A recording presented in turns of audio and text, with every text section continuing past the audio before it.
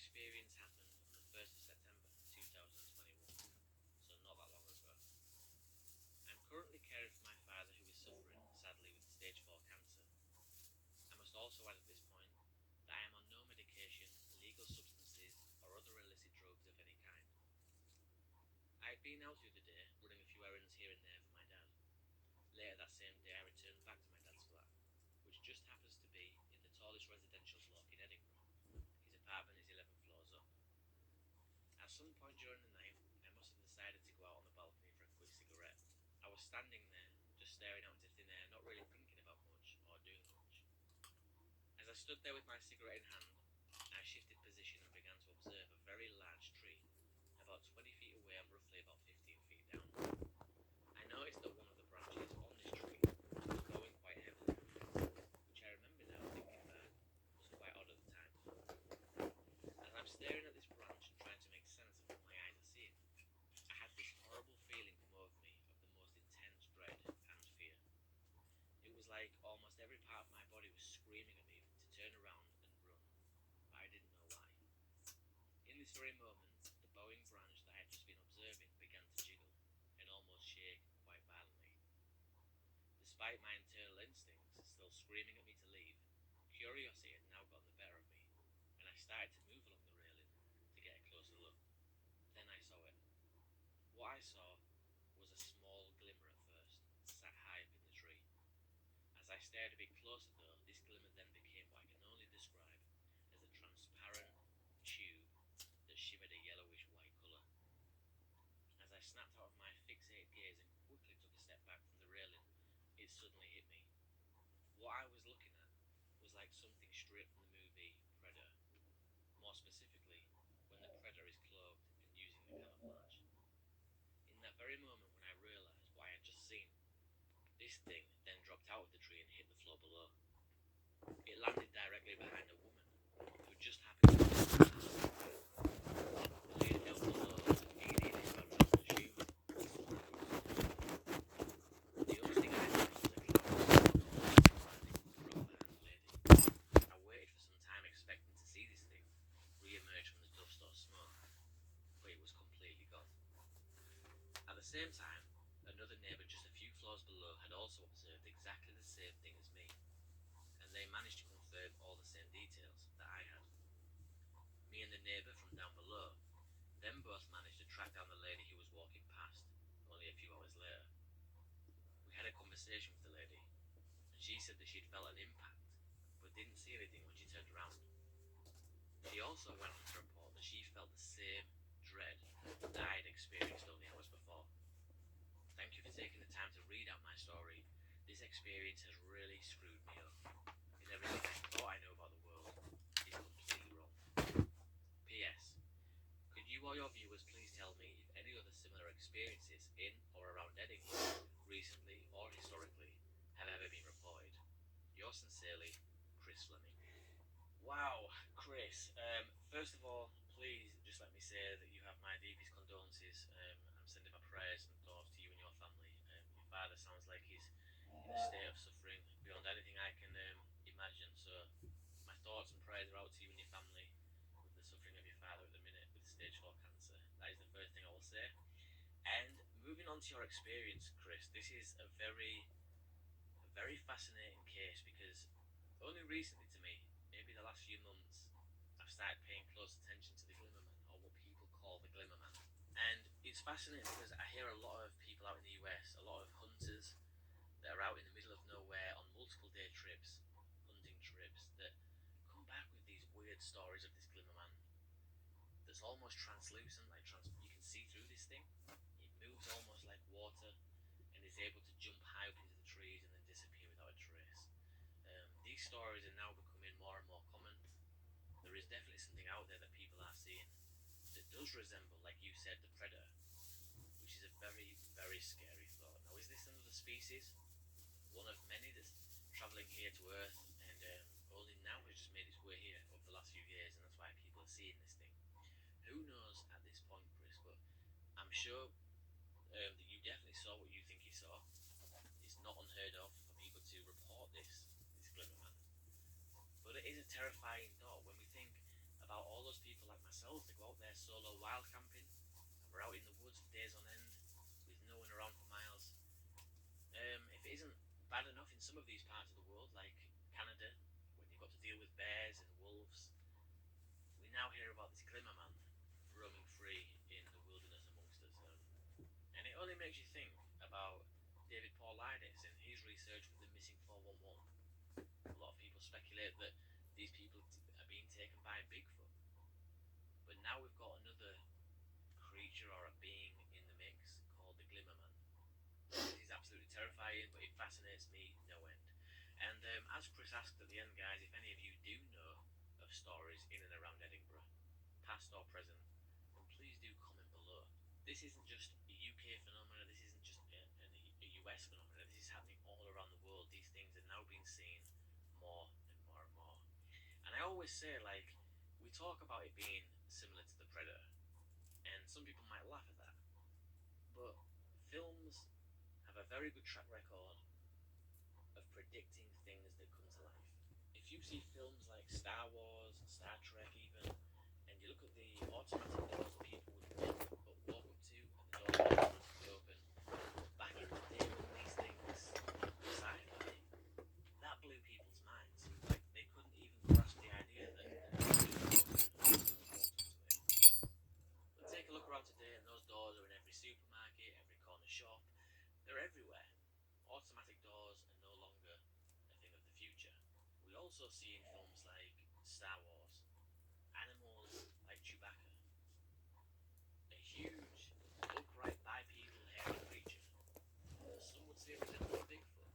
You see a lot of these films when they bring out these characters, these extraterrestrials, these alien beings, cryptids like Bigfoot and Chewbacca.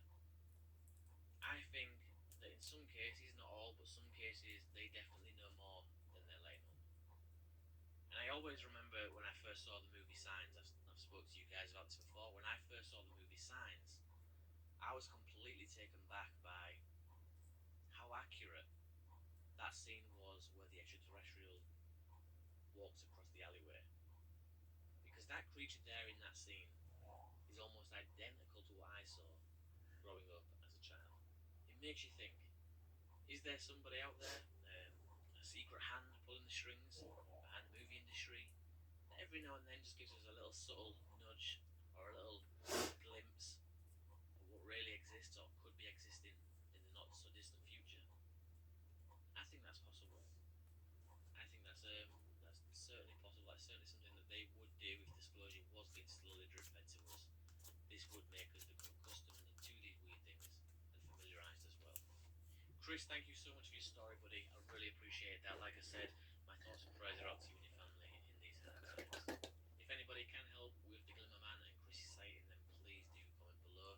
Also, as well, remember, guys, if you have got a story of your own, it doesn't have to be about the Glimmer Man. It can be about extraterrestrials, UFOs, Bigfoot, anything weird at all. Please do remember to send them to me at 401files@gmail.com.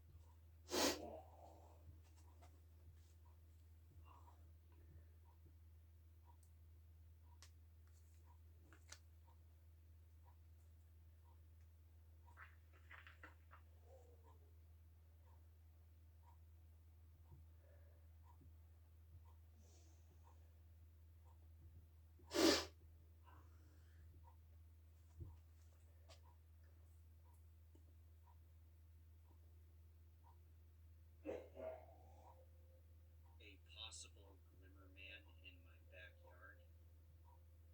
I live in South Georgia. I can't tell if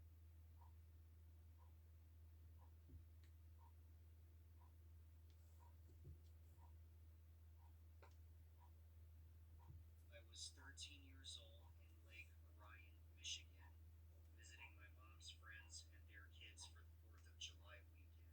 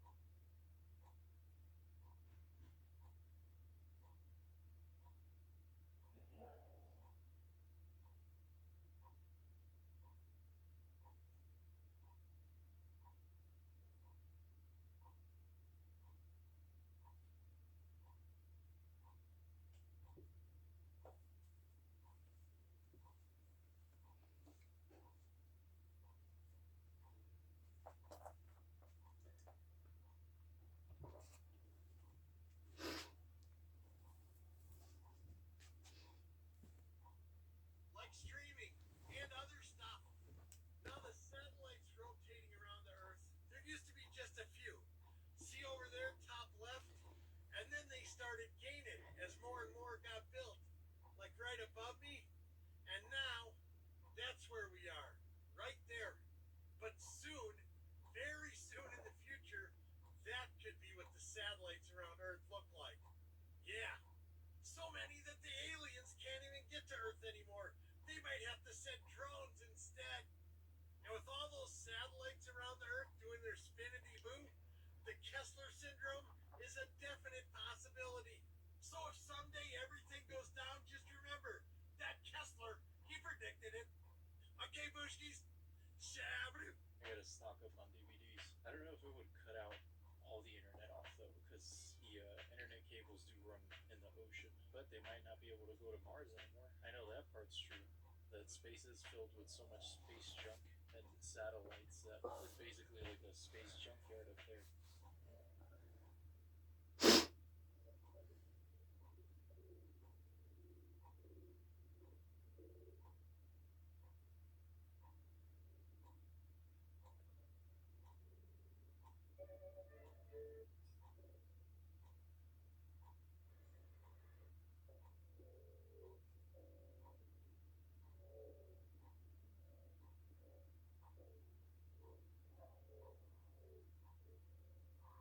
Shiz is getting real right now. What is happening? I'm kind of scared right now. Like, I swear, dude, if we're getting trolled by the government right now, I'm gonna be so mad. I want answers when all this is over. People better not forget about this in like a month.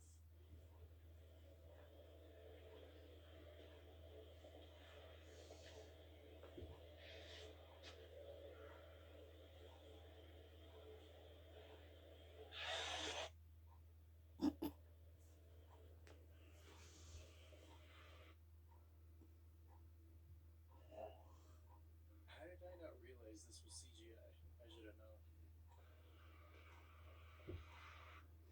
I didn't even pay attention to the guy in the background. He's moving really odd. If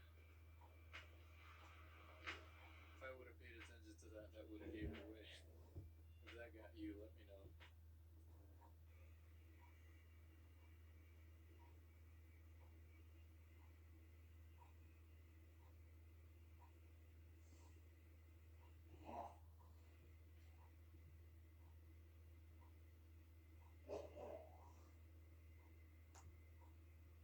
There's no sound. Is this Project Bluebeam? How is there no sound? So they said on the news that they pose no threat, yet here's a video of one shooting stuff. How is there no sound? That's a weird one. What's happening in America right now is getting concerning. This is the moment a mother from Florida breaks down in court after she was arrested for threatening her health insurance provider after they denied her claim. She allegedly said on a phone call to them, "Delay, deny, depose. You people are next." And because of what those words are referencing, the call was flagged by the FBI and was handed to local police, where they then arrested her, and now she faces charges of threats to conduct a mass shooting or an act of terrorism. Now, in efforts to crack down on potential violent copycats, despite Brianna telling police that she doesn't even own a phone, the judge said that she will be held in jail on a bond of a whopping $100,000, calling it appropriate considering the status of our country at this point. And if she is convicted, those charges in Florida can carry up to a 15-year prison sentence. The sheriff said, "We will take this very seriously and we will put you in jail if you do something like this.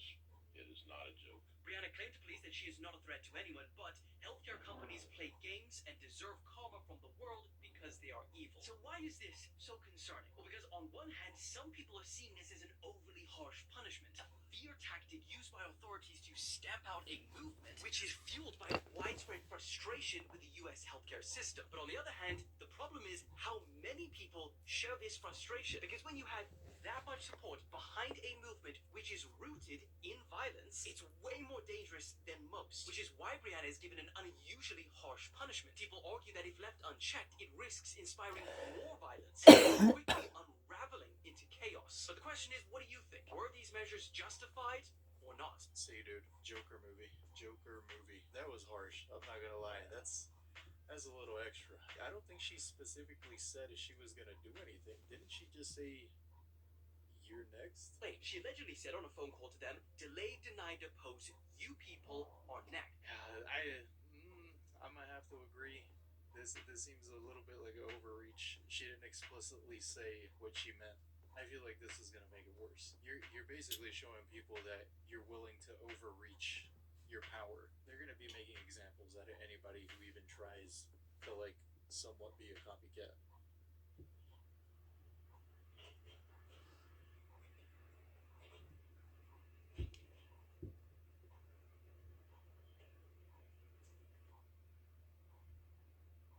Oh no. Where are you gonna go, dude? Where are you gonna go? Where are you gonna go?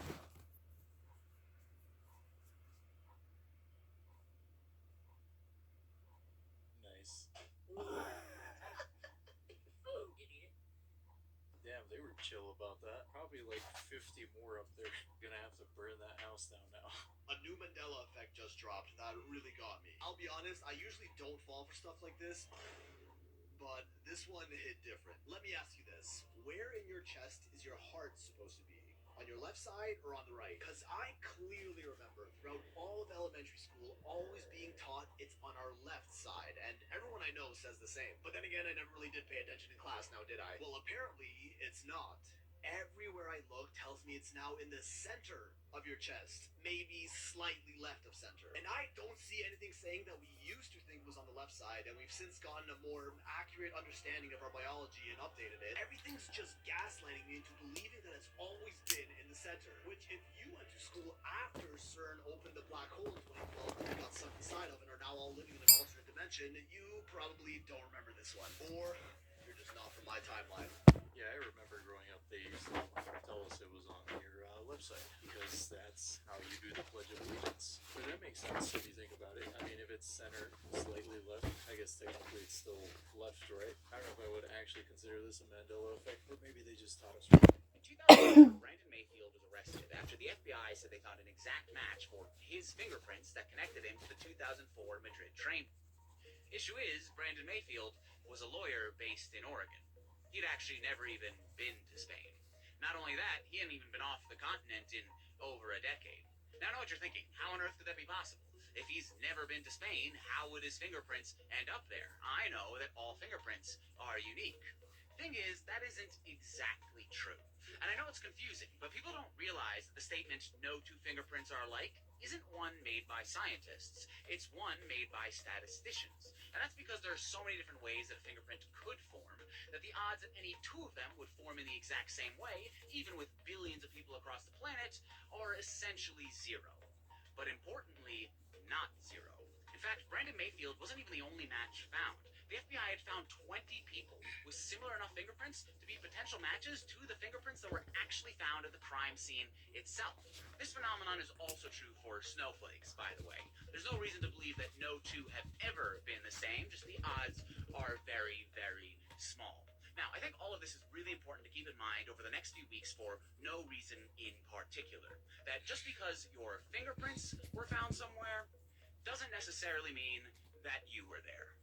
Well, that's some new information to me. So fingerprint evidence isn't super accurate. Damn, this dude needs to be a lawyer. That's crazy. I never knew that. Oh, I am not going to be able to stay up here much longer. I am freezing. Yeah, I hear an airplane. So it's definitely an airplane. Let's zoom out.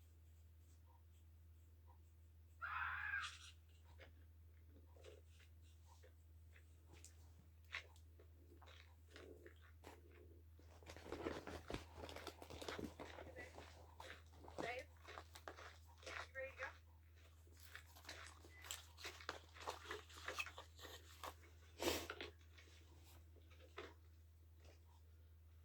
What was that? What you got, right? Yeah, let's call the police just in case.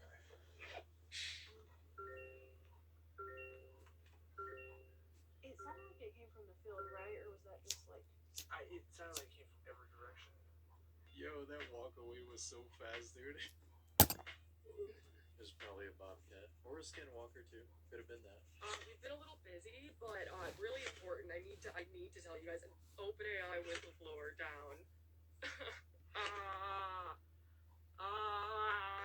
time to give all my thoughts on this, but really convenient timing is all I'm gonna say. Wait a minute, I need to read this. In a November 18th letter filed in federal court, attorneys for the New York Times named Balaji as someone who had unique and relevant documents that would support their case against OpenAI. He was amongst at least 12 people, many of them past or present OpenAI employees. The newspaper had named in court filings as having material helpful to their case, ahead of depositions. Bruh. Oh no, that doesn't look suspicious at all. He was supposed to appear in court, and now he's not here.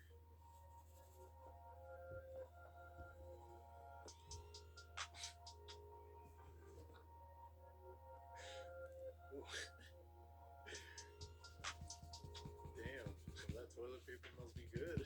How do you even end up in there, bro?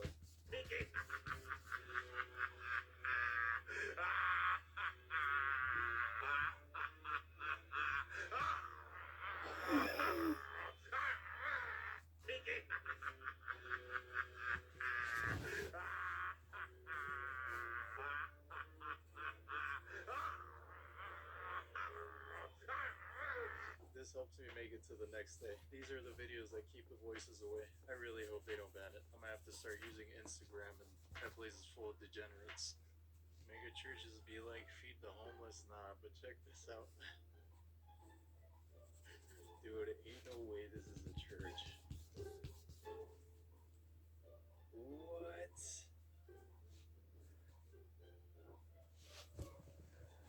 Oh my god, dude.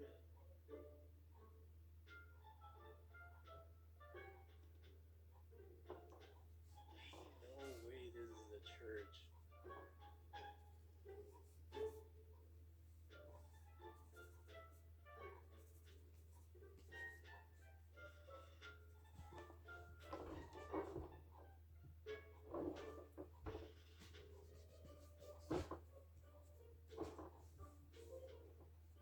Dude, that's insane.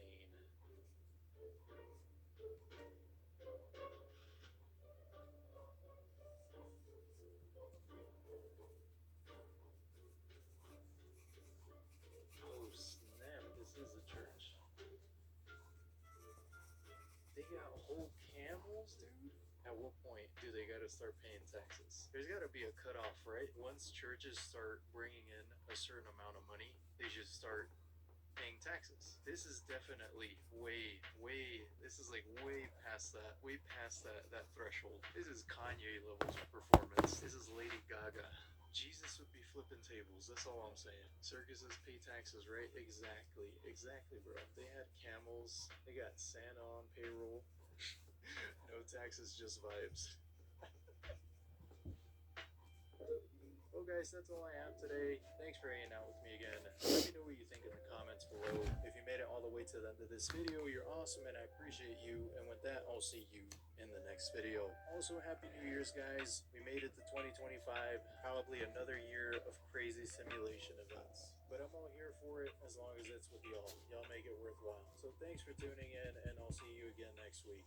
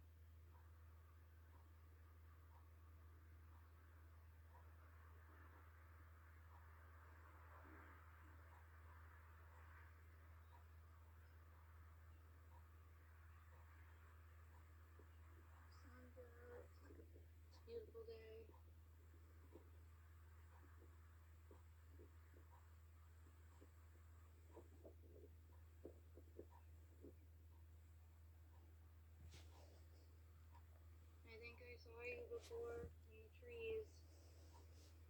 Like around the trees. So I'm just not sure if you're here right now.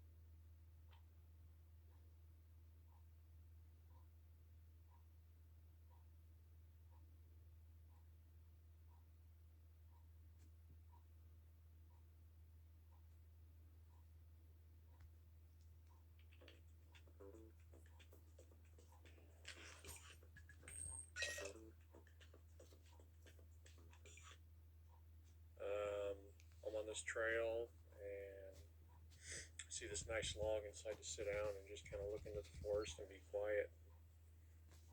Something caught my eye, so let's check it out.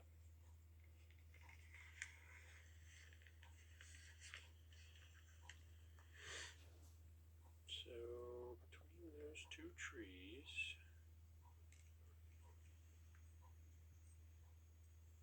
any dark spots going on here. One I find particularly interesting is this one right here. Look at that. It looks like the end of a tree that fell. As you can see, the branches sticking up. And you see the tree itself. But in front of that stump, I don't know if you can see it, there's kind of like a shadowy Casper looking thing. So let's zoom in a little bit. It's to the, if you're looking at it, it's to the left of that big round stump. But there's like a Casper the ghost kind of shadow. See, it's getting darker too. See how it darkens up a little bit?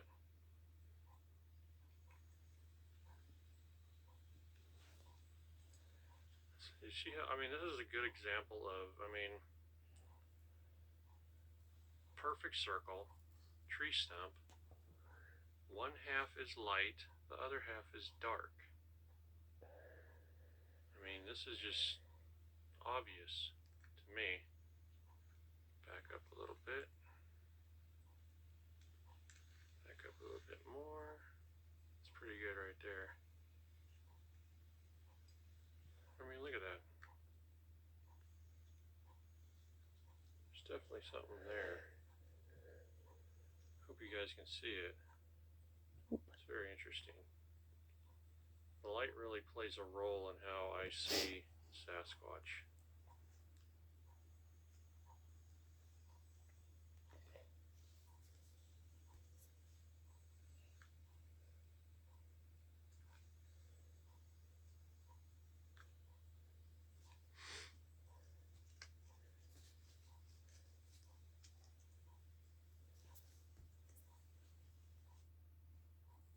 Interesting little thing. I'm kind of getting on the light here.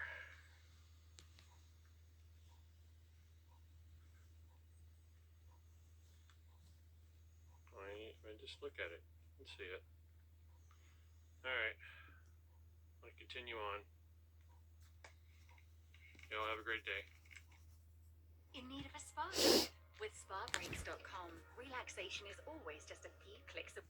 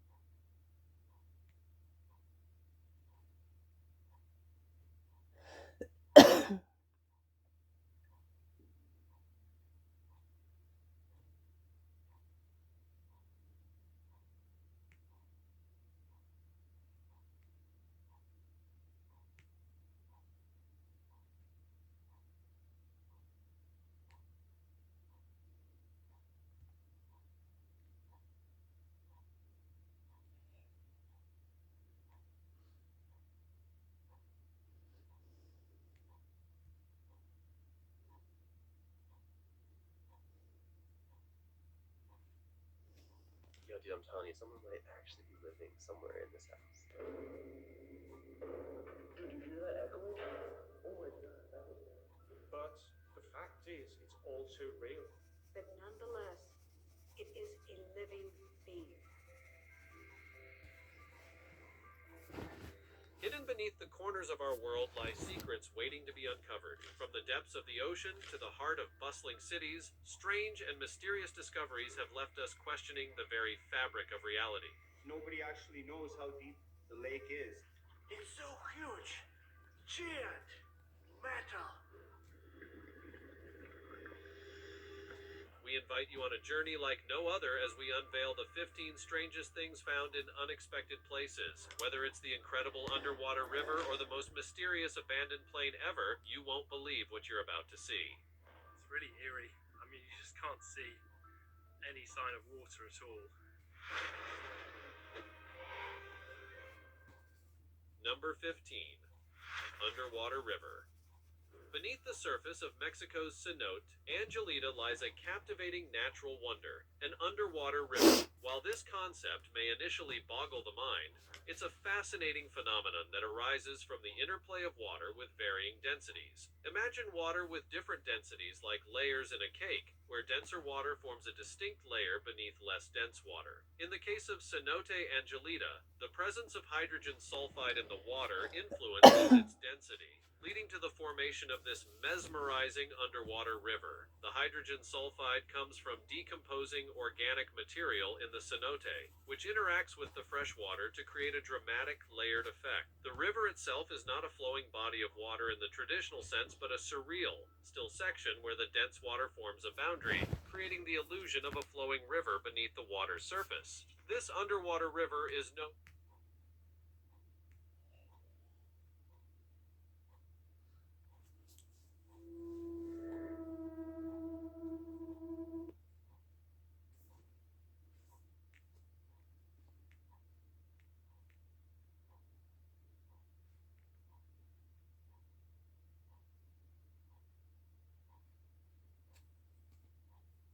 Cryptid evidence is kind of a mixed bag. Despite there being hundreds of alleged photos and videos, the vast majority is blurry, shaky, or obviously fake. But there's a small amount of cryptid evidence I find plausible for one reason or another, and I'll be giving my reasons why. Since photo and video evidence isn't perfect, I'll also be discussing some possible counterpoints. The goblin shark is a fairly medium-sized shark on average, usually around 3 to 4 meters or 10 to 13 feet in length. But in the year 2000, a goblin shark estimated to be about 20 feet or 6.1 meters in length was caught in the Gulf of Mexico. 14 years later, another specimen from the Gulf of Mexico around 21 feet or 6.3 meters was caught. Since both of these specimens were caught in the same area and were far larger than typical goblin sharks, it was speculated that they were a new species. But if we caught them, why weren't they tested to confirm this? Unfortunately, no sample was taken from either shark. In fact, the only reason we have an estimate of their length is because of scientists using the rope in the photos as a scale. While it's cool that we have photos of these sharks, it's not proof of a giant new species. It's possible that there's a new species in the Gulf, but it's also possible that these were just two large specimens. Both of the caught sharks were female, and female goblin sharks are known to be larger than male ones on average. It'll take the catching and testing of a third goblin shark to put this mystery to bed. The Marvin footage is one of the more enigmatic pieces of cryptid evidence. Nicknamed Marvin, as it means friend of the sea, this animal was captured on tape during an underwater oil deposit search off of the coast of California. When the footage of the strange corkscrew-like underwater creature was first taken in 1962, scientists were split about its identity. There were many theories about what type of animal it was, from a siphonophore to a ctenophore to a salt chain. Despite a number of scientists looking at it, nobody could identify what specific species it was. At the time, they had scientists from the University of Austin, the University of Southern California, the Scripps Institute of Oceanography, and the University of Seattle all look at it. Decades later, scientist Bruce Robinson of the Monterey Bay Aquarium Research Institute would also analyze marvin. He thought it looked similar to a siphonophore called Forscalia, but noted that marvin was way too big to be one, since it was estimated at 15 feet, or 4 meters in length. Since nobody can identify it with a known species, I think it's something we have yet to discover. However, the grainy and incomplete nature of the footage makes it hard to concretely identify it.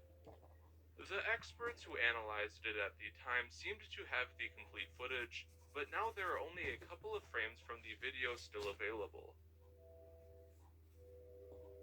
The Yemeni Queen of Sheba's gazelle is believed to have gone extinct around 1951. There were multiple zoological expeditions in the area that the Sheba gazelles lived in back in the 1960s, 70s, and 80s, but they saw no gazelles. In 1985, however, they may have been found in an unexpected place. Veterinarian Chris Furley was in the Qatari Al Wabra Wildlife Preserve when he spotted a pair of gazelles he took a photo of. Zoologist Colin Groves, who actually discovered and named the Sheba gazelles, believed that this photo showed a pair of them. In fact, I was lucky enough to speak with another gazelle expert who also thought that this photo could show Sheba gazelles. There were a number of details that matched the preserved specimens of the Sheba gazelles we have on record. The photo shows longer horns and darker fur, which are both features of the Sheba gazelle. Unfortunately, the gazelles that were at the zoo all died. But if the zoo could have gotten a pair decades after the last known specimens were captured, perhaps they were or are still around in the wild somewhere. Possibly the first ever photo of a cryptid was taken in India back in 1889. A geological expedition had been in the Lushai Hills when they captured a pair of lorises with long tails. All known species of loris don't have long tails, so this was a significant discovery. Unfortunately, lorises are known for being slow. So the men basically just put the two in a box and went to bed, thinking they'd be there tomorrow. Of course, the next day the lorises were gone. What I find so plausible about the photo is the background of it. It was taken by a scientific expedition and written about in the Proceedings of the Zoological Society of London. It's been suggested that the two lorises were just mutations and not new species. However, typically a tail mutation produces a short and non-functioning tail. The lorises had long flexible tails that they used to balance with. The only real unfortunate thing about the photo is that the tail isn't super visible. It's supposedly seen over the left shoulder of the top loris, but it's not very clear. The lorises were closely examined and observed by the men, so I don't think they would have misidentified a tail. The other possibility is that the men were lying, but I don't really see a motive for them doing so. It doesn't seem like the men got any money for the photo. An unrelated man, Colonel E.W. Locke, also claimed to have seen tailed lorises. I could sort of see it being a prank, but it would kind of be a bad prank. The description of the lorises was fairly mundane, not a monkey with wings or something that would be funny. Again, there's also the testimony of Colonel Locke, who doesn't have a clear motive to lie about seeing them. Still, to prove the existence of tailed lorises, it'll take them being captured a second time, with a better box. In the 1970s, Hiroshi Yagi heard an impossible sound. It was the howl of a wolf. 60 years after the last wolf in Japan was believed to have gone extinct. After hearing this, he began to look for the wolf himself. In 1996, Yagi was in the Chichibu Tamakai National Park when something crossed the road in front of him. He got out of his car and approached the animal, which turned out to be a large canine. He took over a dozen close-up photos of the animal and even offered it a rice cracker before it left. These photos were then analyzed by zoologist Yoshinori Imaizumi. He was able to compare them to a taxidermied specimen from before these species supposedly went extinct. He noted a number of similarities between the two. The ears and front legs of the wolf were both short. There was a black marking on the upper tail and tip of the tail. There was a black band by the shoulder. A dark patch was visible on the wolf's foreleg. The paws of the canine were oval in shape. The amount of fur on the animal's face and upper back matched the specimen. The animal was orangish red to black in color. And finally, the shape of the animal's snout was more sloped. On the other hand, there are some signs indicating that it was a dog, or at least part dog. The animal had a dew claw, which is an extra nail on the foot. This means that it was at least partially a dog-wolf hybrid, since that's a feature of dogs. The canine also seemed pretty calm for a wild animal. It may have been a released dog that was familiar with humans. Yagi even mentioned smelling it to see if it was wild, and he said it had no smell at all. Although the photograph wasn't proof that the wolf was still out there, it still inspired dozens of people to try and find and protect the wolf. Yagi, alongside an organization he founded, continued to look for the wolf in the woods of Japan. What did you think the best piece of cryptid evidence was? Leave your thoughts down below. If you enjoyed this video, I'd appreciate you sharing it, liking, and subscribing. You might also want to check out my video on cryptid audio.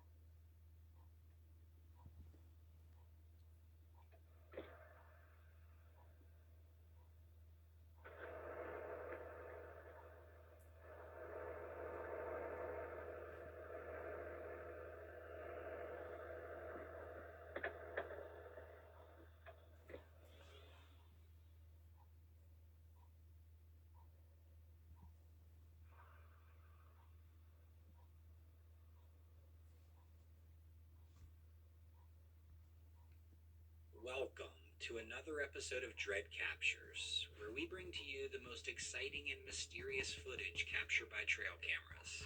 From mountain lions and bears to the elusive Bigfoot and other unexplained creatures, we strive to bring you the best footage from the wilderness.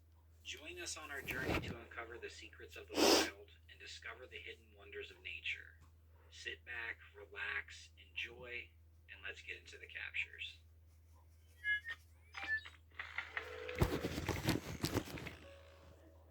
Our first clip is from Trail Camera Dad. He's captured some amazing footage. The video starts with the elk feeding on some low vegetation towards the end of the day. You can tell they sense something. Something is hitting their nostrils. One of the cow makes an alert sound, and they all take off. And here comes the lion through the brush. As we watch it again, the cow closest to the screen makes the alert, but her back is facing where the lion came from. I wonder how she knows not to run that way. I guess it could just be instinctual. I'd love to know what experienced elk hunters and wildlife enthusiasts think the reason is.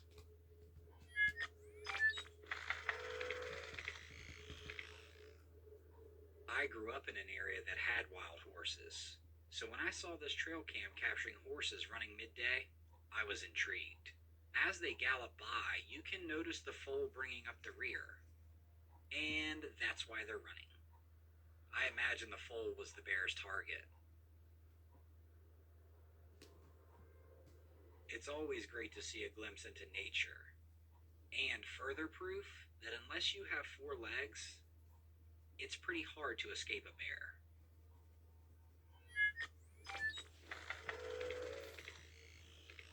This is an interesting video here. A young boy and his father are exploring in Yellowstone National Park.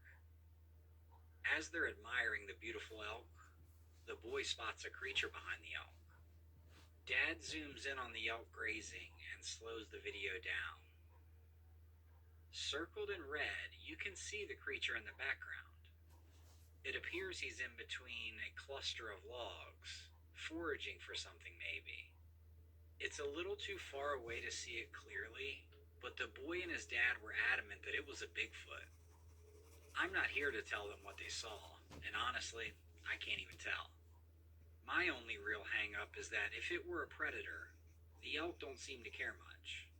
It appears they don't even notice that something is back there. Or, if it is a Bigfoot, maybe they don't view him as a predator. I'd be interested in what you all think about this. And can anyone make out what that creature is?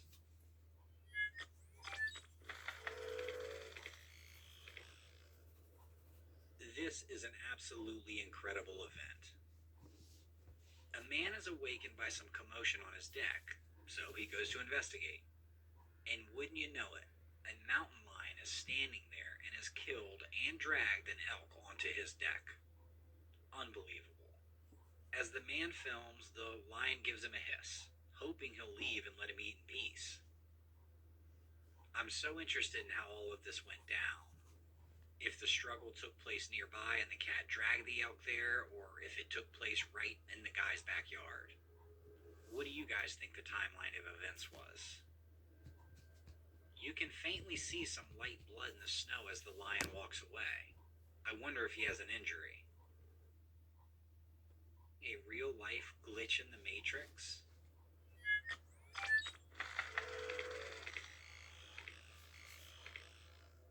When a forest gets really quiet, it always gives me the creeps.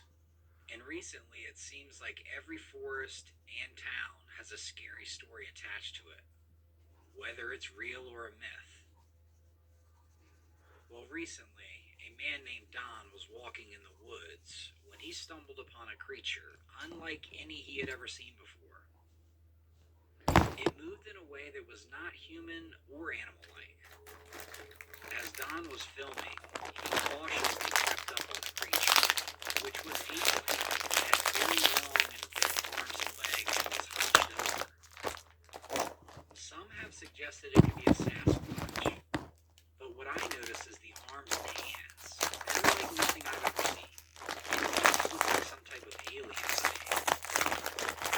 The creature's gigantic sloth-like arms had no fingers, and it walked deeper and deeper into the forest, and Don didn't dare follow it. It's hard to say what this creature could be. Some have suggested it could be a deformed monkey or ape, or even a sick bear, but it seems far too thin and lumbering to be a bear. It also seemed to walk on 2 legs, almost like a human, but again, almost alien-like. Others have been referring to this creature as a forest humanoid angel. I'm not sure why anyone would describe this as an angel, but I definitely believe in humanoids.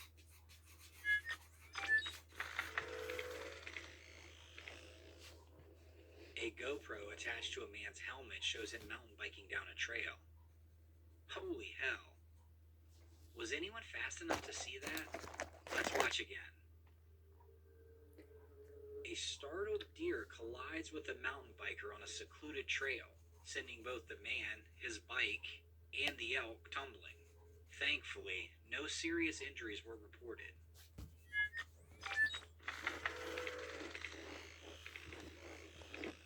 In 2011, a farmer in a small village in Russia reported that his home was shaken by a sudden explosion. As he went outside and searched for the source of the blast, he stumbled upon a strange set of remains. The creature had an unusual head and an even more peculiar torso and limbs. Its petrified state was also quite perplexing. The entire shape of the creature is intriguing. The farmer was said to be drying corn at the same time, which makes this even more odd. I don't think I would personally store an alien-like creature next to a potential food source. While it's difficult to say for sure without proper scientific examination, it's possible that this could be an unidentified extinct animal. With the Arctic warming twice as fast as the global average, it's likely that we may see more strange creatures emerging from the permafrost in the future.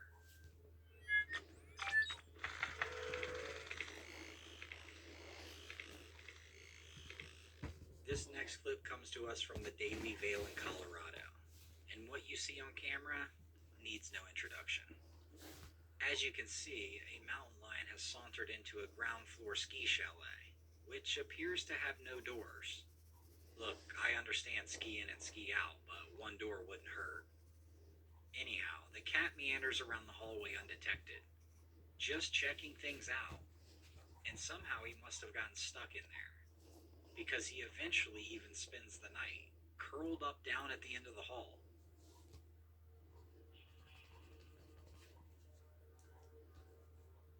The next morning when the sun rises, the cat is looking for an escape. The cat continues to wander the halls, and you see a man stick his head out of his doorway. Looks like he and his son are going to hit the ceiling. They duck back into their place as the cat hisses at them. And you can see the cat is frantic to get out of there and can't quite figure out the glass. He can see the outside, but he can't get there. Moments later, a couple comes back in with groceries or something, and a lady and her dog casually walk out for her dog to use the bathroom and start their day. And here comes the lion. As soon as the lion hits the threshold, you can see that he spots the two, likely still very close to the entrance, as he crouches down into a pounce position. As we fast forward, the lady eventually gathers her dog back in, after likely coming face to face with the lion. She motions to another resident and says, "There's a big bobcat." We've talked a lot about how dangerous feral hogs can be, not only to the community of farmers and agriculturalists, but to just people in general. In our next clip, we see a group of men trekking through the snow while on a hunt. Now, I don't know if they're hunting these boar, but they're hunting something. They have their rifles over their shoulders, and you can see them start running. When the camera pans behind them, a huge hog is heading straight for them, but veers off. Then another one comes barreling straight at one of the men that has fallen on the ground. Somehow the camera is still rolling, and no gunshots have been heard, I might add. And what looks like an entire family of wild boars is coming over the hill right at the guys. It looks to be like 12 to 15 of them. I'm assuming they all survived because there's a video, and man, they have quite the story to tell. Let me know in the comments if you've had any interactions with wild boars and feral hogs.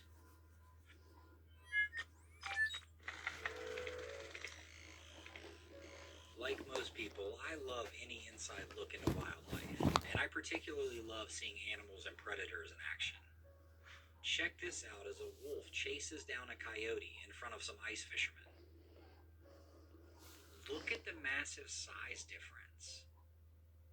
Coyotes are decent size, topping out at around 40 pounds, but big male wolves tip the scales around 140, 100-pound difference. I bet the coyote is glad he doesn't weigh 10 more pounds, or he would have been caught. The coyote jukes, getting the wolf off balance, and as the video ends, appears to have gotten away. Just an incredible camera capture for these guys fishing.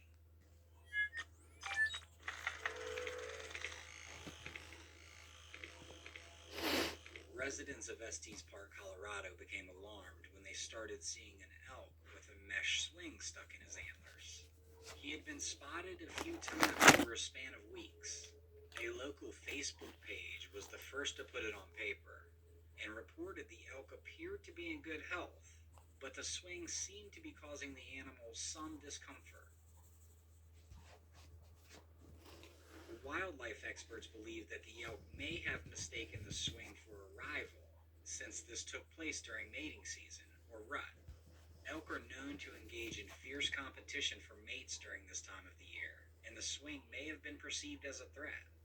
Experts also pointed out that human-made objects can be dangerous for wild animals, and it's best to avoid leaving any kind of trash or discarded items in natural areas. Local officials were trying to decide if they needed to have a professional remove the swing or let nature take its course. And ultimately, the swing would become dislodged when the elk lost his antlers.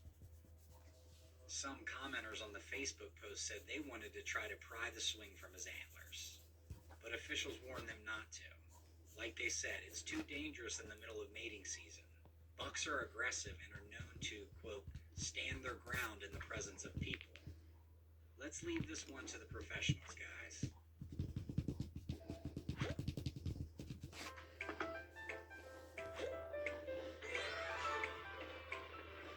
Medical weight loss is not cheating. It's actually the smartest way to lose weight. For decades, you've been told that. Well, I thought I might walk down to the creek and check the trail camera. So as you can see here, this canyon, this valley, there's a pretty big cliff on the left, and on the right here's another cliff. And right in the bottom where the creek runs, that's a really good place to put a trail camera. Kind of funnels all the animals up and down that creek there. There's a trail, and so it's a really good place.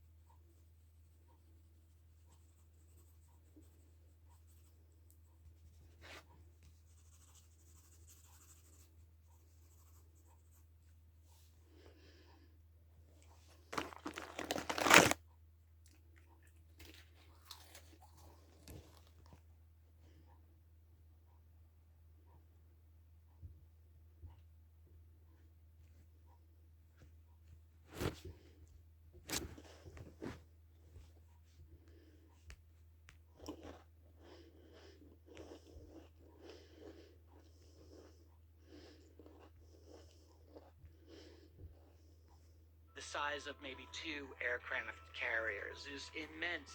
Teruichi sees this massive thing in the sky, and he's scared. Antarctica is frequently regarded as one of the most isolated and harsh environments on Earth. Yet for scientists conducting research on the continent, it represents a realm of astonishing marvels and revelations. However, during a recent expedition, an unsettling discovery sent shivers down their spines. The footage they captured has been described as absolutely terrifying, challenging our understanding of the world. Could this be evidence of a long-standing legend? Join us as we explore the chilling footage from Antarctica that has sent shockwaves across the globe. The odd alien Antarctic robot. In Antarctica's vast and frozen expanse, an astonishing sight jolted the entire world and left people on the edge of their seats. A colossal alien robot with its metallic frame gleaming under the polar sun emerged directly from the ice. Whole crew saw a whole bunch of silver darting objects. The entire universe held its breath, and theories of extraterrestrial life started flying here and there. Scientists marveled at the intricate craftsmanship, pondering its origins and purpose. However, as investigations deepened, cracks in the facade appeared shockingly. After a series of investigations, the giant, scary robot that terrified everyone was exposed as an elaborate hoax created by a group of eccentric artists. The whole world gasped in disbelief, yet the fascination remained. Unsurprisingly, questions surfaced, demanding answers. Who were the masterminds behind the audacious ruse? How did they manage to deceive the entire world into believing it? What was their reason for orchestrating such an elaborate spectacle? As the truth unfolded, a tale of passion, ambition, and the insatiable thirst for captivating the human imagination emerged. The artists were driven by a desire to ignite wonder and provoke contemplation. They had ingeniously fabricated an awe-inspiring enigma. Although the whole thing was debunked, the Antarctic robot remains an enduring symbol of humanity's yearning for the extraordinary and the profound mysteries that lie beyond. Let it snow when it is Christmas.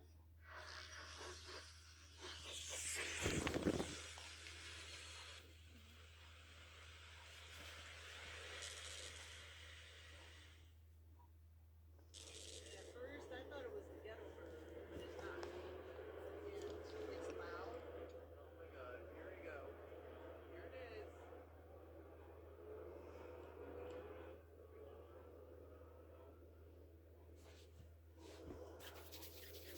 What is that?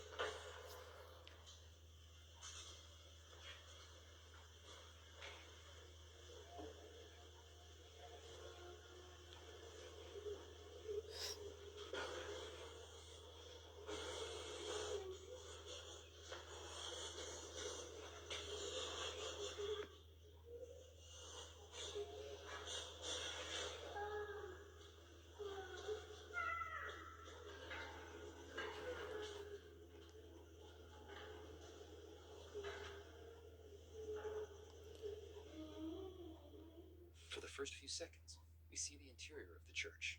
Then, for a brief moment, a little boy appears, only to mysteriously vanish shortly after. Interestingly, the woman filming insists she did not see or hear the boy in the video.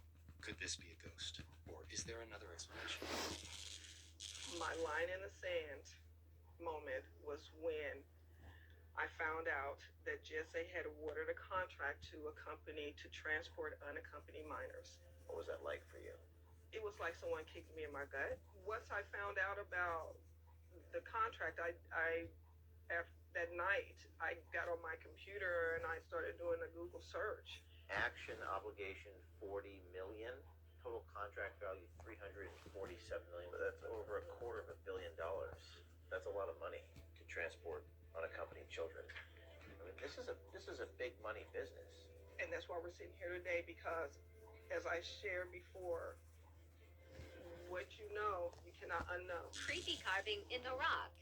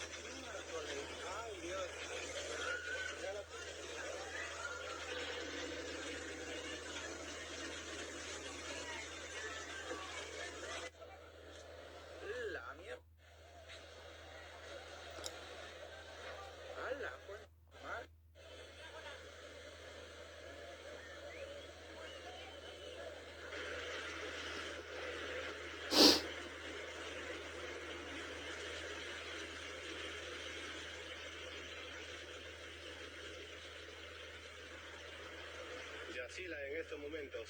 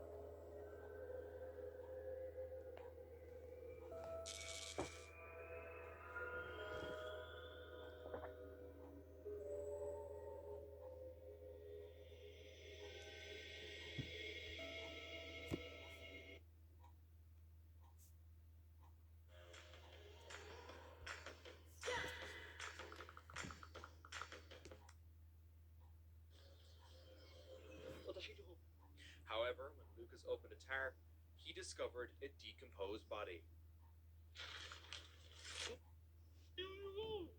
Mano, olha aquilo ali, velho. Não, mano. Nossa, velho. Ai, meu coração, mano. Tem ali? Ai, mano, meu coração, velho, tá batendo muito forte. Sai daqui. Ai, mano. Sai daqui. Não, olha ali, mano. O que tem ali? Olha ali, velho. Mano, olha aquilo, mano. É mentira. Ô, João, olha aquilo lá, velho. É mentira. Ô, João, olha aquilo lá, velho. Ah, mentira.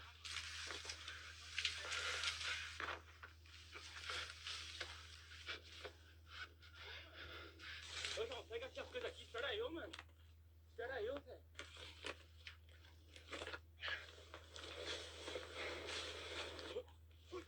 Nossa, mano.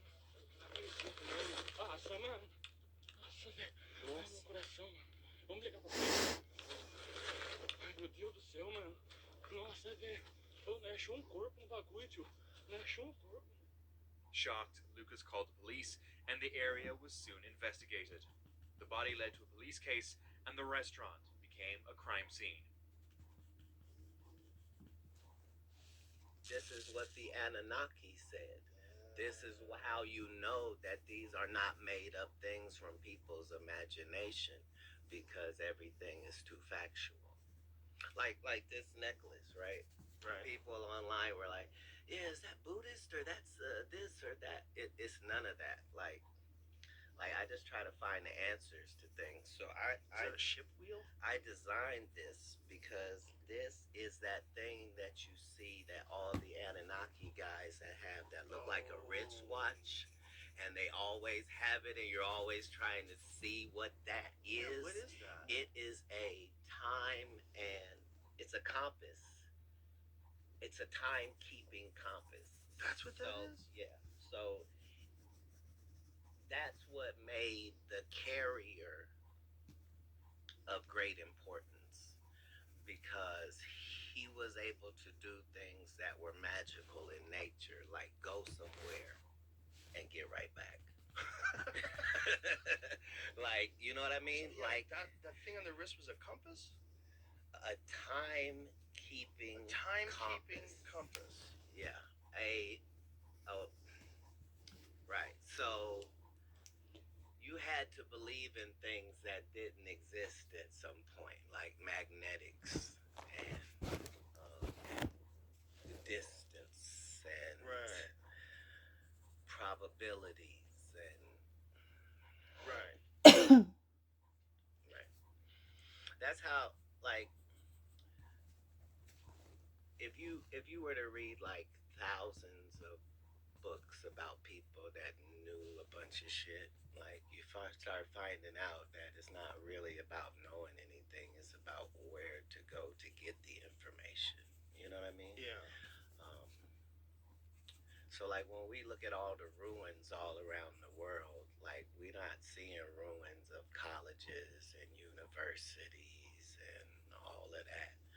We're seeing temples and synagogues and churches, but people don't understand that that's where that information was coming from. For that period of time.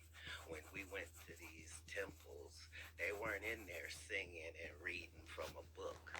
They were in there being taught things that they were able to go put into practice. You see what I'm saying? Yeah. Like they were being taught art, agriculture. You know what I mean? Like they were being taught. Yeah. Yeah. And they had some very bizarre knowledge too. They had a detailed knowledge of cosmology.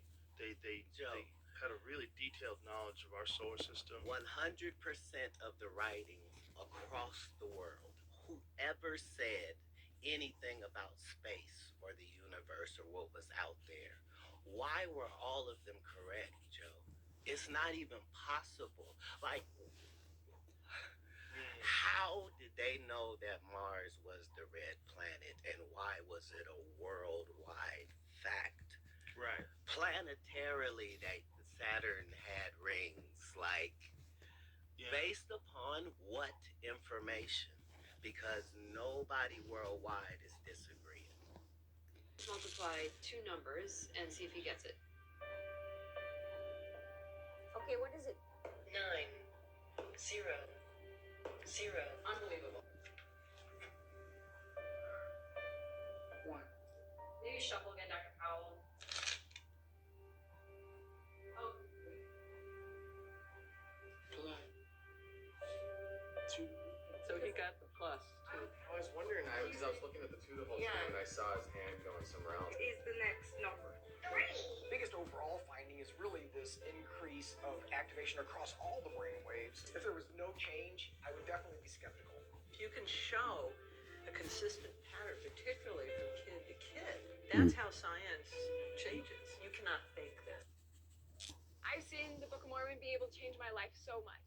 We would love to give you one as well. As you can see, we have Changes. You cannot fake this.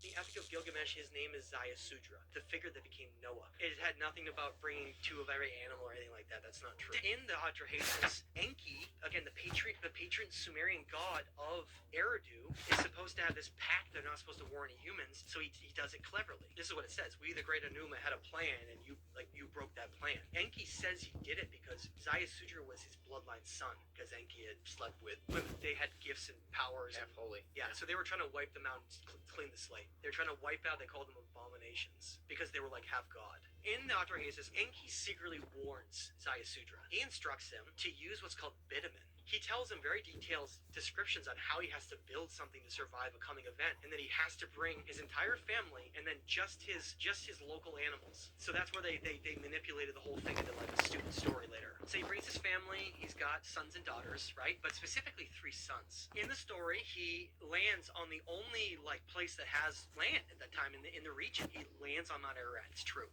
Among the thousands of the Sumerian cuneiform tablets unearthed, some depict intricate star maps and astronomical calculations. The Sumerians were tracking the heavens with stunning accuracy, calculating the length of a year, predicting eclipses, and even recording the movement of the planets. But how did they acquire such advanced knowledge over 5,000 years ago? One of the most intriguing tablets is the Plimpton 322, a mathematical artifact that predates Pythagoras by over 1,000 years. It's a trigonometric table, suggesting the Sumerians knew about complex geometry long before it was supposedly discovered. But for what purpose? Was it simply for agricultural planning, or could there be a more mysterious, even cosmic reason? And then there's the Anunnaki. According to ancient Sumerian texts, these beings descended from the heavens, imparting knowledge of the stars and time itself. Were the Sumerians merely students of these celestial visitors, or is there something more, something hidden in the tablets that we've yet to fully comprehend? As we continue to decipher these ancient records, one thing is clear. The Sumerians knew far more than we ever imagined. What other secrets are waiting to be uncovered in the upcoming future? In 2018, the footage of the moon was captured and shared on social media.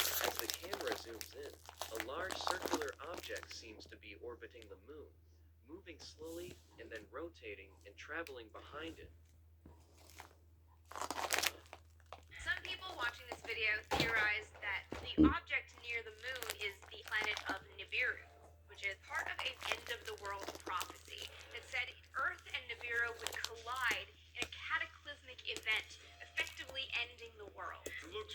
tiny when we're looking through the viewfinder, but if we were put this comparatively of how big it would be to the moon, this is huge. The moon has a circumference of over 6,800 miles, meaning this object would be around 100 miles across. There's a theory that Mars was the original planet that humans are from. Okay?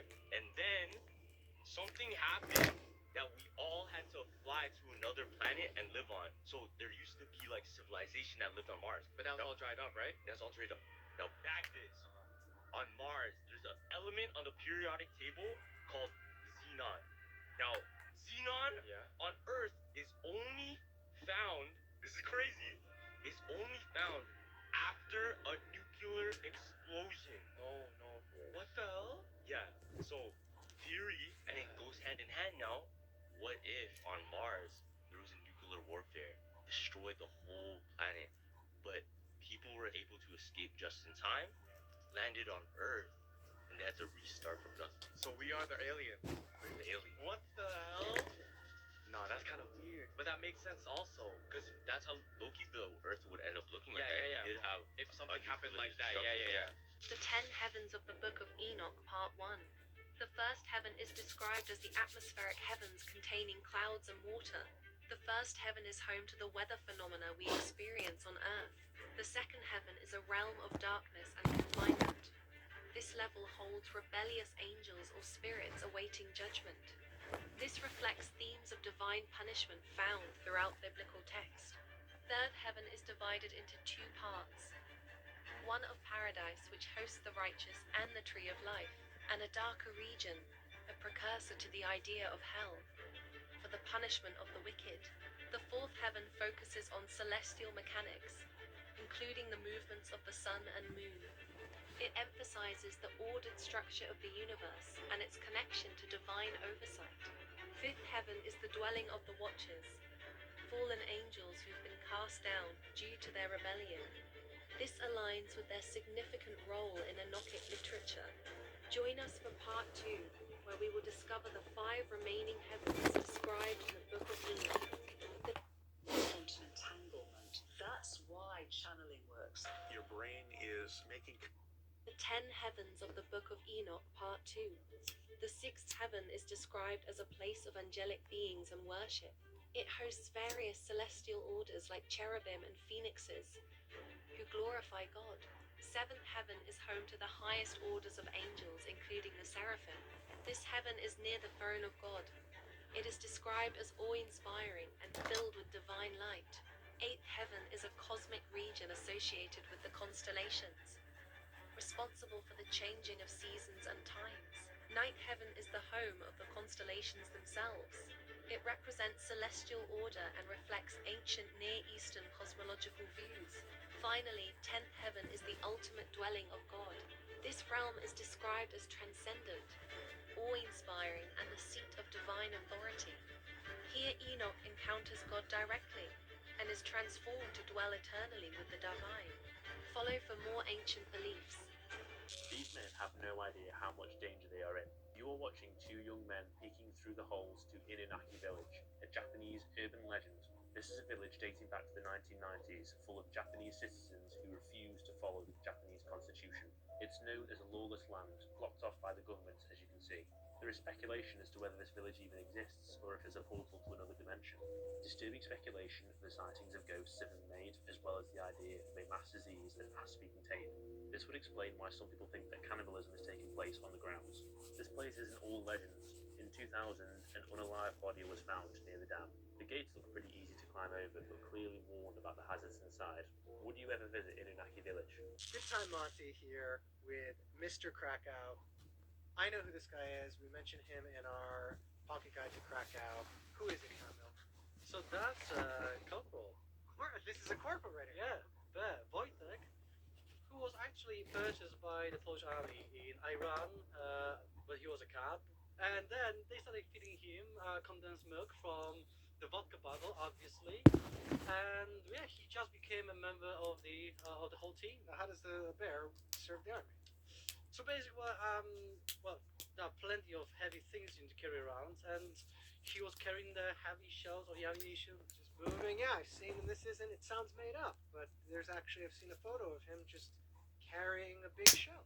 Yeah, and also, he became the official badge of this whole team. You can see the bear holding a shell of the ammunition, just like that. And so, what happened after the war? When all of the soldiers were in Edinburgh, it was decided that he would be moved to the zoo. When he was at the zoo, he was frequently visited by his colleagues, and they were also feeding him cigarettes to, feeding him cigarettes. Yeah. Just yeah. eating. He would just eat. Yeah. He wasn't smoking. Like, just imagine. Yeah, that's ridiculous. Yeah. We also know that Wojtek, he liked to cuddle. He would come out of his makeshift bed at night because he couldn't sleep, so he needed some hugs, cuddles. It's like a Disney movie. Yeah, it's like a Disney movie, a real one. So, amazing story, man and bear together. But the moral of the story is don't feed your pets cigarettes. Exactly. I think we can all agree on that. Hey you! Get a great deal from Love Honey. Click on the link below, enter your email address, and in minutes you can receive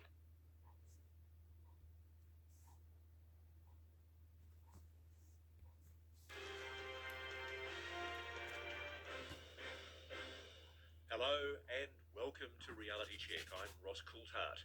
Or should I say, welcome to the end, the official end of what was meant to have been Alien Invasion Day. Yes, for weeks now on the internet there's been speculation that there was going to be some kind of alien invasion based on a prediction that 39 days from the interview between President-elect Donald Trump and Joe Rogan, there was going to be some kind of conflict between humans and aliens. Well, for all we know, it might actually be happening, because whilst we're talking, there is, over the skies of the world, the most extraordinary display of something, objects in our skies, the frequency of which I've never had reported to me to such an extent before. It's off the charts. It's absolutely amazing to be receiving reports, as I am hourly, minutes by minute, from people in countries all over the world who are saying that they are seeing objects, strange objects, glowing, luminous. Okay, moving on. Next question. At DAARK, at Dark982, question for Mr. Coulthart. What is your take on why the NHI do not just reveal themselves? Do you agree with the idea that there is an agreement for delayed or complete non-disclosure? Because if true, I would find that to be somewhat confusing behaviour on behalf of the NHI. I also think that if they were waiting for us to be ready, that maybe we wouldn't be seeing them in our skies, or maybe at all. Thanks for the work you do, and hoping to hear your thoughts. Okay, Mr. Dark. I think there's a really interesting explanation that I'm beginning to hypothesize. This is only a speculative hypothesis on my part, but it is based on work that I am doing that is increasingly focusing on what I believe is a consciousness connection to the UAP phenomenon. I do think that there is a link between what we call psychic phenomena, telepathy, or psionics, as is the more neutral term that's used by the military and the defense community. I do believe that there is a connection between human psionic abilities, telepathic psychic abilities, and consciousness, and that the UAP phenomenon is tied into that. And I suspect this is one of the largest reasons for why this is being kept secret, and for why the NHI are not overtly showing themselves. My growing hypothesis, it's just a hypothesis, because there's a few things I can't tell you right now that I'm going to be reporting on in coming weeks, and I'm very excited to be bringing you that story. But I do know that the Air Force has been working on psionics for many, many decades. They never stopped investigating the power of the human mind and consciousness ever since the Stargate program and the remote viewing program. I know it's been poo-pooed. I know there's a George Clooney movie based on John Ronson's book called The Men Who Stare at Goats. And I know all the supposed debunkers say it's BS. But I can tell you, it's not BS. I've seen it for myself. and it's real. And in forthcoming weeks, you will see why I say it's real. And I believe the United States Air Force has knowingly deceived Congress, successive presidents, and the American public and the world about what it knows for far too long. It's time for this story to be told. Now, coming back to the question from Mr. Dark, I think the NHI are showing themselves in our skies to twig our consciousness, to make us humans aware of capabilities that many of us don't even realize we have. And I've seen those capabilities demonstrated in recent months. I know they're real. I frankly don't give a flying fig what the debunkers or the skeptics or the trolls would say about that. It's real, and they will soon be eating humble pie. The capacity for the human mind to engage externally with some kind of uber consciousness has been speculated about in science. Go and have a look at the work on microtubules. Let's have a look at what modern science is speculating about a quantum connection between the human brain and an external consciousness. That's where we're going in this. So what if UAPs are merely a manifestation of something that is above and around us, a consciousness? Some might call it God. Yeah, I know this is heavy stuff. But what if the purpose of its engagement with the human race is to slowly twig our awareness and to encourage us to use abilities that we don't even know we have? I'm very interested in hearing from people who were part of the GATE program 20 to 30 years ago, who found themselves in rooms with US Air Force officers, strange psychologists in white lab coats, showing them on occasion strange, apparently non-human objects.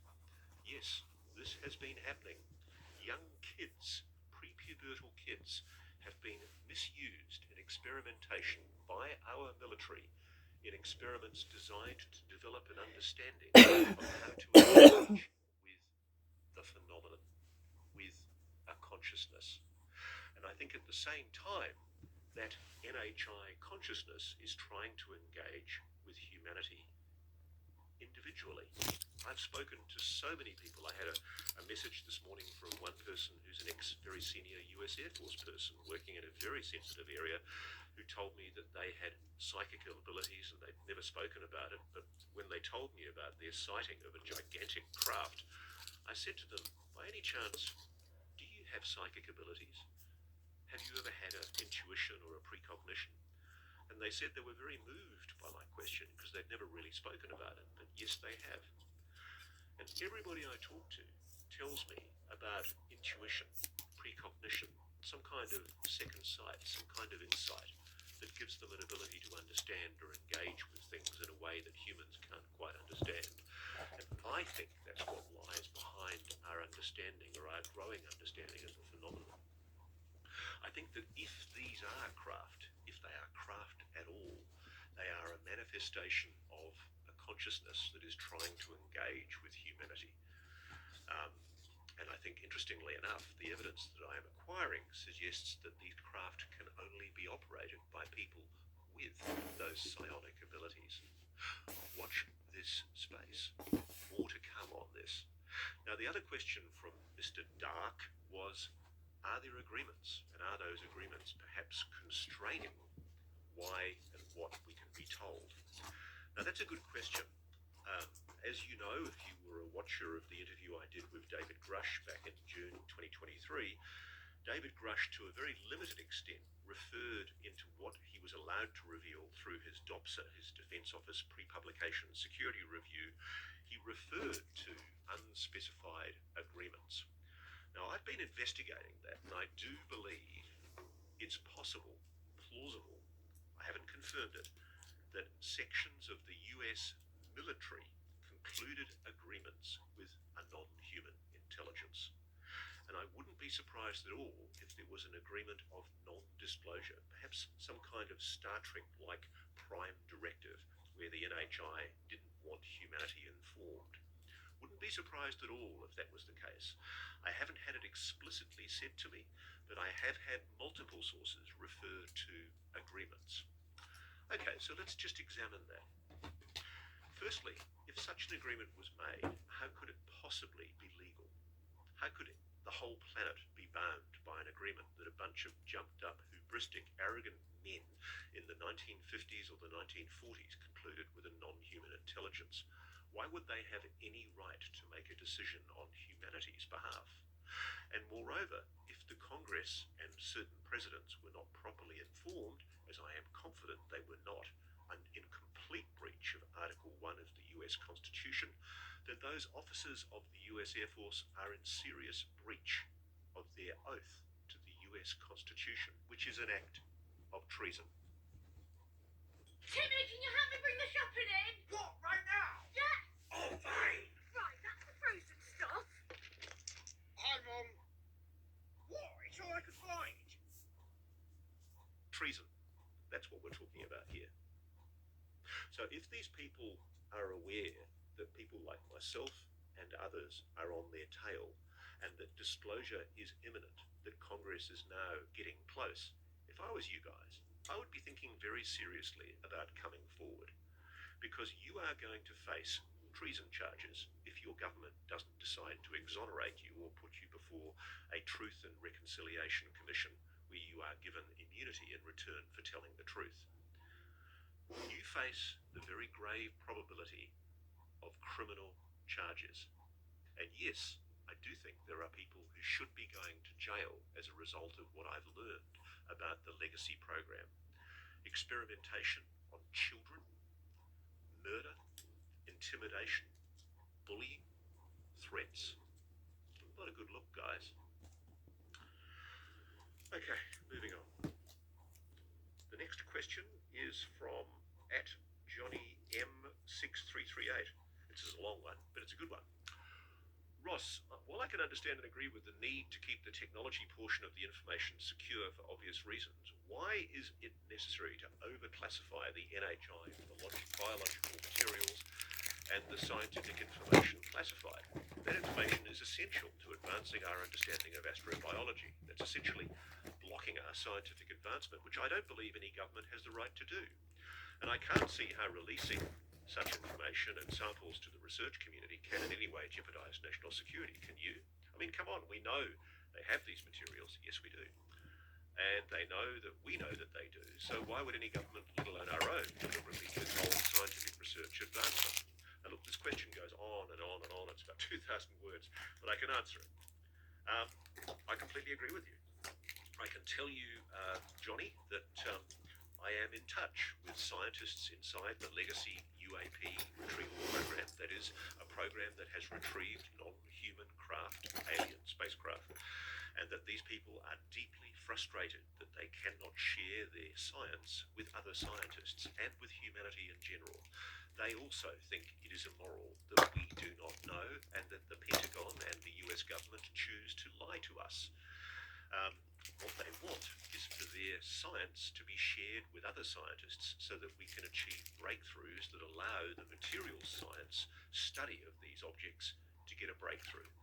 Because my understanding is that when they've actually looked at these craft, the technology within them has often defeated materials science. It's an assembly at the atomic level of which we are not yet capable. That's the issue. But what we have learned is the ability to psionically engage with non-human technology and operate it to our own advantage. The fear that has been expressed to me by scientists is that, as happens all too often, America, Russia, and China are all involved in a quiet Cold War, as David told me last year, competing to develop these technologies for military advantage. Now, I don't want to condemn the military people that are doing this. That's the way they think. You know, when this was first discovered, when the realization was first achieved that we had technologies that were far beyond known human science, it was during the Cold War, and it was realized that the best way of securing an advantage over our foreign adversaries was to essentially develop those technologies in secret. But I know, because I'm talking to people who know all about it, that The Russians have their own reverse engineering program going with their own retrieved technology, and so do the Chinese. And what is driving a lot of the bellicose rantings from the American military at the moment towards the Chinese is that the Chinese, I suspect, are far more advanced than the Americans in their development of the materials science technology. Oh, and could this have something to do with the foreign adversary drones hovering over the United Kingdom and the United States' sensitive military facilities? Just maybe it could. Have a close look at some of those objects that have been videoed in recent days that appear to show blue plasmatic glows. Leave it with you. So, yes, I do think it's unjustifiable that either the technology or the biologics are being withheld from the public, and particularly from science. But, and again, I can just hear the outraged, bellicose ranters online accusing me of covering up for the dark state. The simple fact is, I do think that there are technologies that lie behind this that will properly be kept secret. Just like with nuclear weapons, I don't want to know, I shouldn't know how to make a thermonuclear bomb. I don't want to know how to make scalar weapons. Remember that term, scalar weapons. Wouldn't that be terrible if what apparently is the subject of fictional speculation was in fact real? And wouldn't it be terrible if at least two of the nations on this planet that constitute semi-superpowers, so-called, were in possession of such scalar weapons? Wouldn't that be a threat to humanity? And wouldn't it be terrible if our first contact with a non-human intelligence was to essentially malignly use the technologies of theirs that we've discovered for developing an adversarial advantage over foreign countries? That's the issue that lies behind, I think, a lot of the secrecy, Johnny M6338, that is explaining why this is being kept quiet. I hope that's a sufficient answer to your incredibly detailed question. Okay, so at KenTanch2601, I have two questions. One, with all the advances in photography technology, why can't we get a good close-up of any of these UAPs? And two, did they send any jets up to intercept these unknowns? I don't believe they were drones.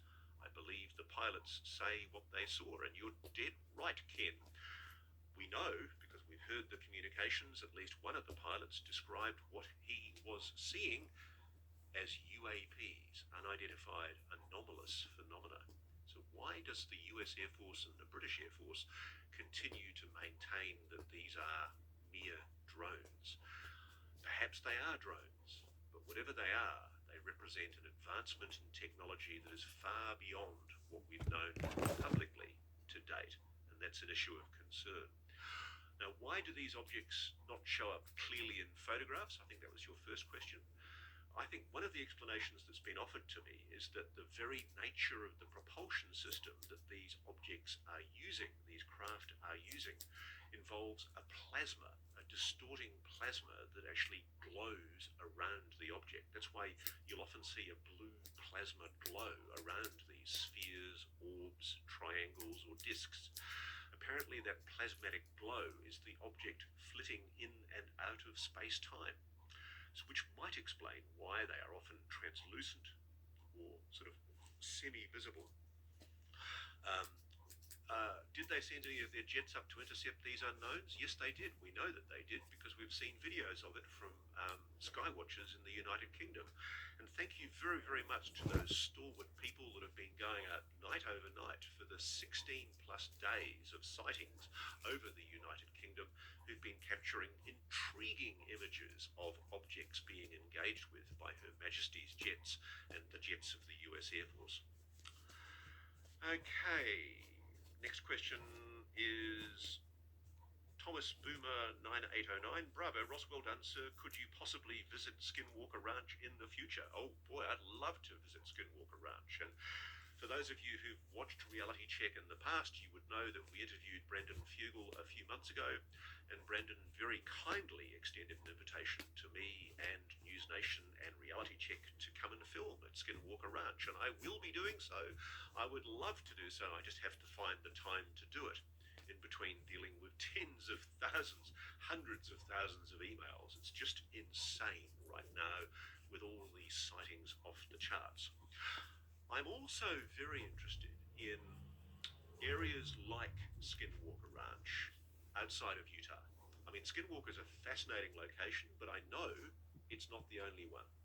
I'm doing a documentary which will be going to air on News Nation and hopefully the CW network in coming months, which will be exploring at least one other site in the United States which involves extraordinary anomalous activity and possible interdimensional portals. And I think there are sites like this all over the world, including here in Australia. And if anyone knows about any of these, I'd love to hear from you. I'm really interested in hearing more about interdimensional portals. You can get hold of me on my Twitter site. There's an email listed there, muckraker, MUCKRAKER, @protonmail.com. If you know anything about any of these interdimensional sites where anomalous activity is being seen, particularly where there is a heavy military presence, and I'm told there are often heavy military presences around these sites, I'd love to hear from you.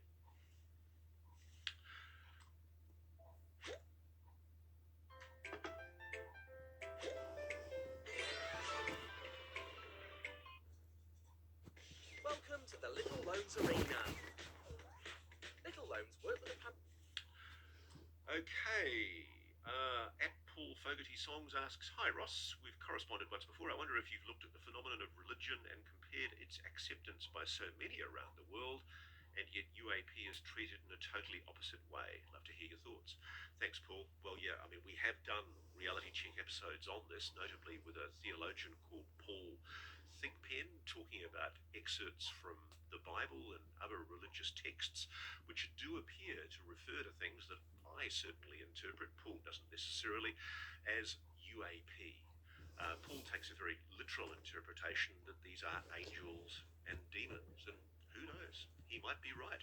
Certainly there are people in the Air Force of very evangelical Christian bent who think that the phenomenon ought not to be being investigated because it does involve angels or demons. I don't know. I simply don't know.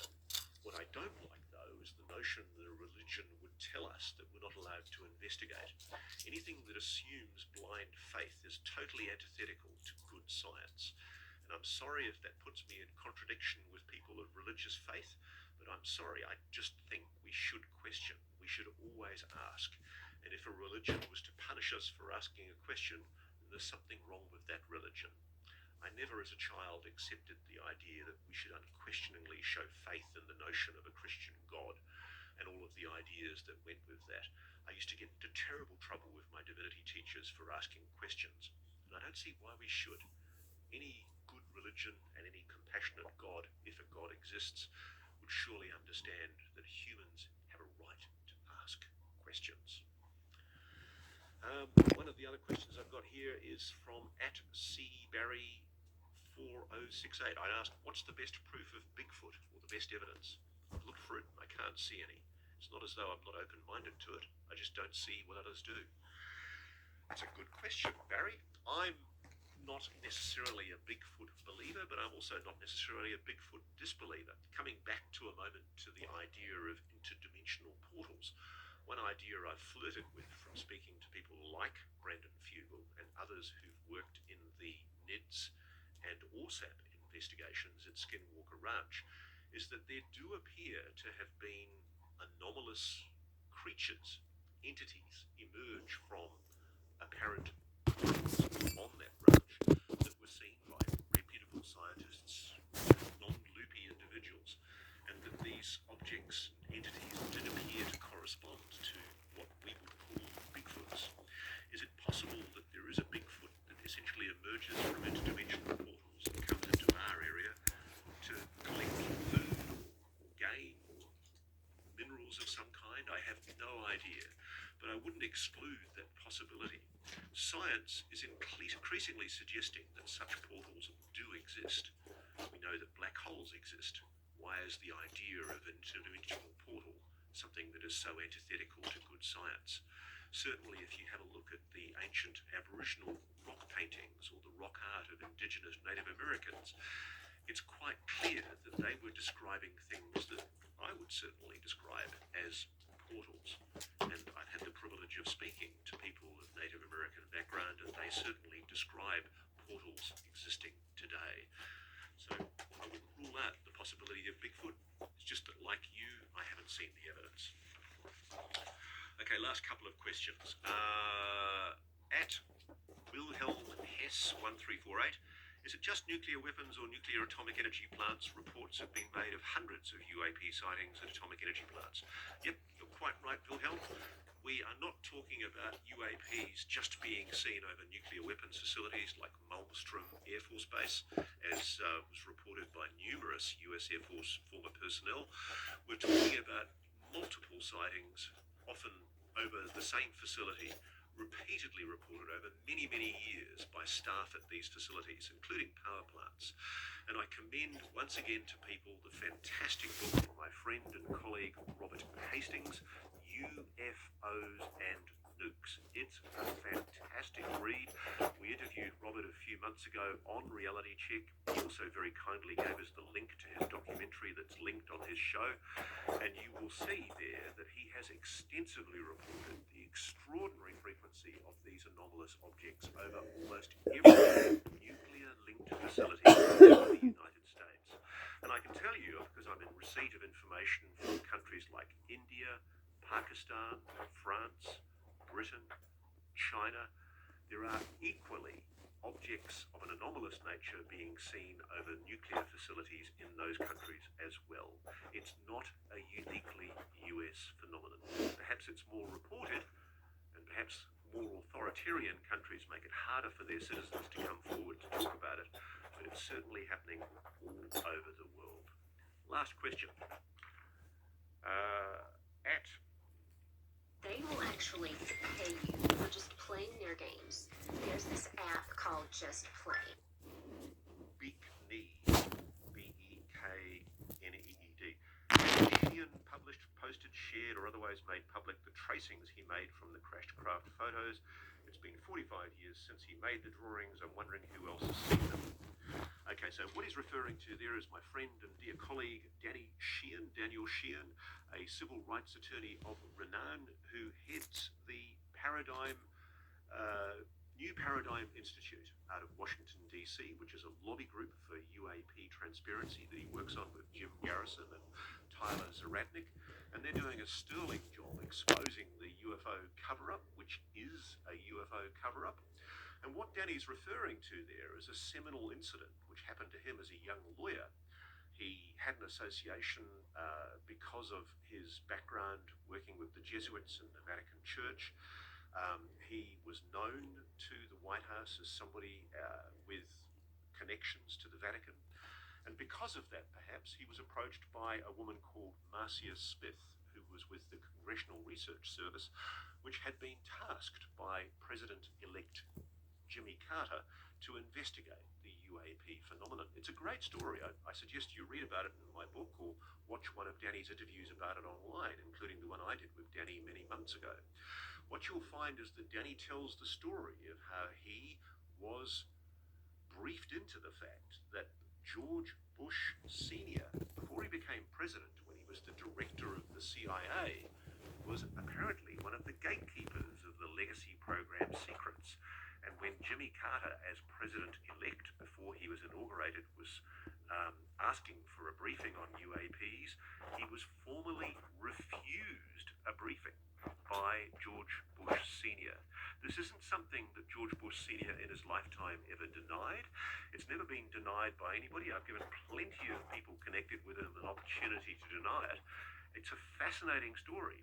Marcia Smith won't comment, but Danny Sheehan says that eventually he was approached by Marcia because of his work that he'd done with NASA, and he was asked to help her investigate the UAP phenomenon. He asked for access to the Blue Book files, the hidden Project Blue Book files, and incredibly, on a quiet Saturday morning, on a holiday weekend in America, he was told to go to an uncompleted office of the National Archives or the Library of Congress, the Madison building as it's now known.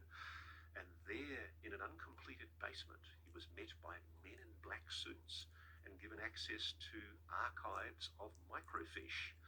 And when he searched those microfiche, in impatience, he started looking through the voluminous files for any kind of photograph. And what he saw was a photograph of a craft which had strange markings on the side.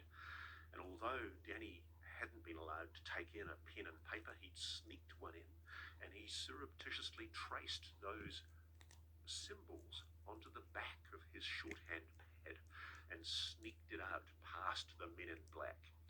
Now, incredibly and frustratingly, and I've badgered Danny to death about this, he lost the tracings. He lost the tracings. So the reason why he can't say what they mean after 45 plus years is because he just doesn't know. He's never been able to recover the tracings.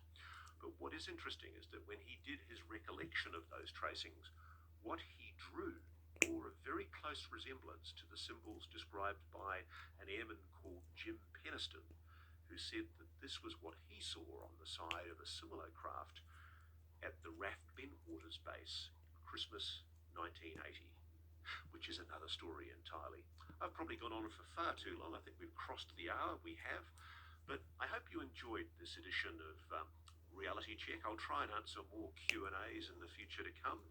I can tell you we've got some very, very interesting programs to come on my visit to Egypt, and we've got some sensational stories to rock the new year with in 2025.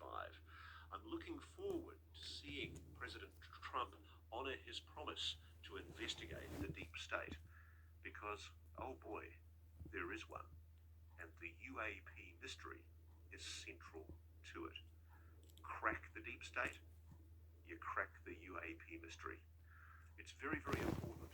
If any of you are asking what you can do, keep the pressure on your elected representatives.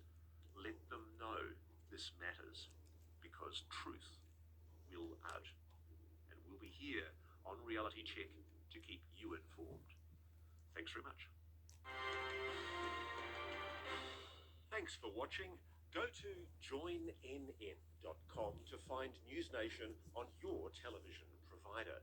And please don't forget to click that red subscribe button to ensure you get more of News Nation's unbiased and fact-driven news coverage.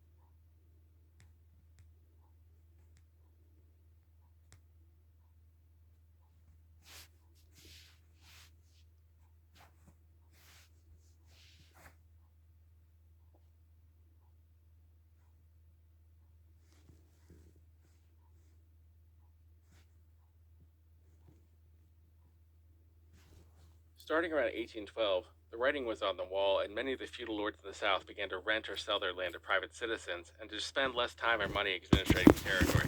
As the feudal system began to decline, with it also went the existing legal and judicial system in the area.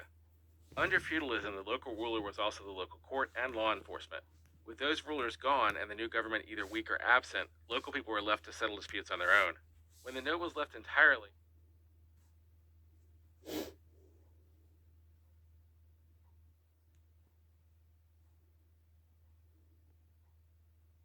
Tiger penises, believed to boost stamina in traditional medicine, have pushed these majestic creatures closer to extinction. Ancient Egyptians believed hippo sweat enhanced virility, linking it to the god Set and his potent power. Spanish fly, derived from blister beetle, promised passion but often delivered pain, organ damage, or worse. Bird nest soup, made from swiftlet saliva, symbolizes prosperity and is celebrated as a romantic delicacy in China. Rhino horn's aphrodisiac myth has fueled poaching, threatening these animals with extinction despite its keratin makeup, like human nails. In ancient Egypt, consuming crocodile dung was believed to boost virility, despite its obvious health risks. Maca root, revered by the Incas, is a natural aphrodisiac said to improve stamina and fertility. Oysters, rich in zinc and sensual in texture, have been a timeless symbol of love and passion. Aztecs believed cacao, gifted by the gods, enhanced love, making chocolate a sweet symbol of romance. Ginseng, an ancient Chinese remedy, is prized for its stress relief and potential benefits for sexual health.